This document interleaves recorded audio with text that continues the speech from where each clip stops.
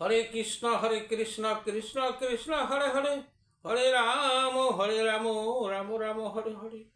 জয় গুরুদেবের জয়, জয় রাধা কৃষ্ণের জয়, জয় গৌরনিতাই সীতানাথের জয়, জয় সকল সনাতনী ভক্তদের জয়, জয় সর্বভক্তদের জয়। কৃষ্ণ ভক্ত যত ভক্ত আছে, এই সনাতনী ভক্ত সকলেরই জয়। হরে কৃষ্ণ। আজ আমি যে আলোচনা নিয়ে আসছি তা হইল, ভগবানকে জয় করতে কোনো জ্ঞানের প্রয়োজন হয় না। কারণ জ্ঞান লাগে না ভগবানকে জয় করতে, যদি তার প্রেম ভক্তি থাকে। কীরকম? এই যদি জ্ঞান না থাকে, তিনটা জিনিস আছে, যে এই তিনটা জিনিস যদি কেউ জয় করতে পারে, তার ভগবানকে জয় করার আর বাকি থাকে না। তিনটা জিনিস এরকমই, কি কি? দেহ, মন, বাক্য বা মুখ। এই তিনটা যে আচরণ ঠিক আছে যার, তার ভগবানের জয় করতে কোনো জ্ঞানের প্রয়োজনই পড়ে না। কারণ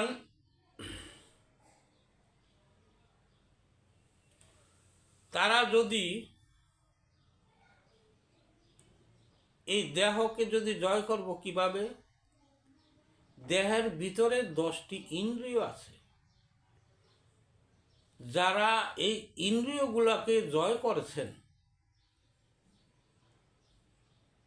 এই দেহ দিয়া তারা কোনো খারাপ কাজ, পাপের কাজ করেন না।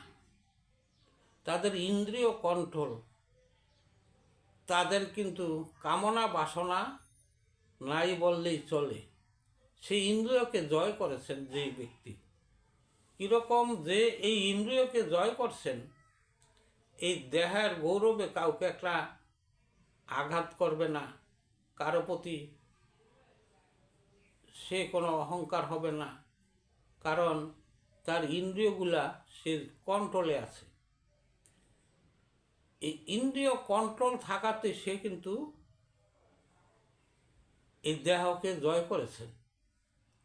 এখন আসলো মন। এই দেহের রাজা মন। যদি মনকে কন্ট্রোল করা যায়, যে ব্যক্তি মনকে কন্ট্রোল করেছেন, সেও কিন্তু এই ভগবানকে জয় করছেন। কীরকম? এই মন কিন্তু অতি চঞ্চল, মনের গতি বেগ এরকমই, কারো কিন্তু কন্ট্রোল করা সহজে সম্ভব হয় না। মনকে কন্ট্রোল করতে প্রচুর কষ্টের প্রয়োজন হয়, ত্যাগ স্বীকার করতে হয়। যখনই এই ত্যাগ স্বীকার করে দেহ, এই ইন্দ্রিয়কে জয় করতে হলে মনের দ্বারাতেই করতে হয়। যখন মনকে সে জয় করে ফেলেছে, মন সঠিক পথে চালনা করবেন। যখন মন সঠিক পথে চলবেন, তখন কিন্তু সেই ভগবানকে জয় করেছেন। মুখ, 3 নম্বরে হলো মুখ বা বাক্য। এই মুখের দ্বারাতে কিন্তু আমরা অনেক পাপ কর্ম করে থাকি। মুখের বাক্যে অনেকে কিন্তু, আমার কথায় অনেকে আরেকজনে আঘাত পেতে পারে। এই মুখ দিয়ে এমন এই জিনিস, এই মুখের বাক্যে মানুষ মধুর ভাষায় মানুষকে জয় করতে পারেন, মিষ্টি কথা বলতে পারেন। তবে এই মুখ জয় করার একমাত্র কন্ট্রোল করার কাজ হইল, দেহ মন যদি জয় হয়ে যায়, তাইলে এই মুখ কিন্তু জয় হয়ে যায়। এই মুখের দ্বারাতেই আমরা কৃষ্ণ কথা বলতে পারি, আবার অসৎ কথাও বলতে পারি। মুখের দ্বারাতে খারাপ বাক্য কটু বাক্য, বিশ্রী কথা, কৃষ্ণ কথা এই মুখের দ্বারাতে আমরা বলে থাকি। মুখ দিয়া বকাবাদ্য করে কাউকে আঘাত করাতে পারি, মুখ দিয়া কাউকে সমাদরে, কাউকে কিন্তু ভক্তি করে প্রেম ভক্তি দিয়ে তাকে এই মুখের বাক্য দিয়ে তাকে জয় করতে পারি। এই যে তিনটা জিনিস, দেহ, মন ও মুখ, এই তিনটা জিনিস যে জয় করেছেন সে ভগবানকে জয় করছেন। কীরকম? সাধু, গুরু, বৈষ্ণব, তাদের নাম শুনলেই মায়ার বাঁধন কেটে যায় এবং মুক্তির পথও কিন্তু তারা পেয়ে থাকে। এখানে একমাত্র যে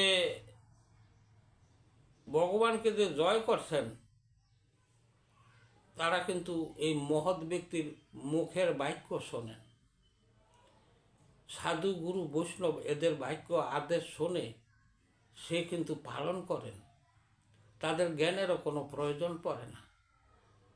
তো সবাই কিন্তু পালন করতে পারে না। যাদের দেহ, মন এবং বাক্য যাদের সিদ্ধ হয়েছে তারই পারে একমাত্র এই ভগবানকে জয় করতে। আর তারা সাধুজনের মুখ থেকে কৃষ্ণ কথা শ্রবণ করে, গুণকীর্তন শুনে এবং সদাচারভাবে তারা থাকে।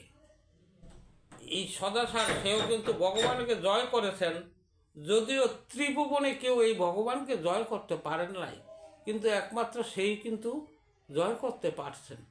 তাদের জ্ঞান বুদ্ধির কোনো প্রয়োজন নাই, তারা একমাত্র ভগবানকে জয় করেছেন। হরে কৃষ্ণ। আজ আমি এখানেই বিশ্রাম নিলাম। যদি ভুল ত্রুটি হয় আমাকে ক্ষমা দৃষ্টিতে দেখবেন। আমি অতি নগণ্য, আপনাদের কৃপায় বলে থাকি হরে কৃষ্ণ।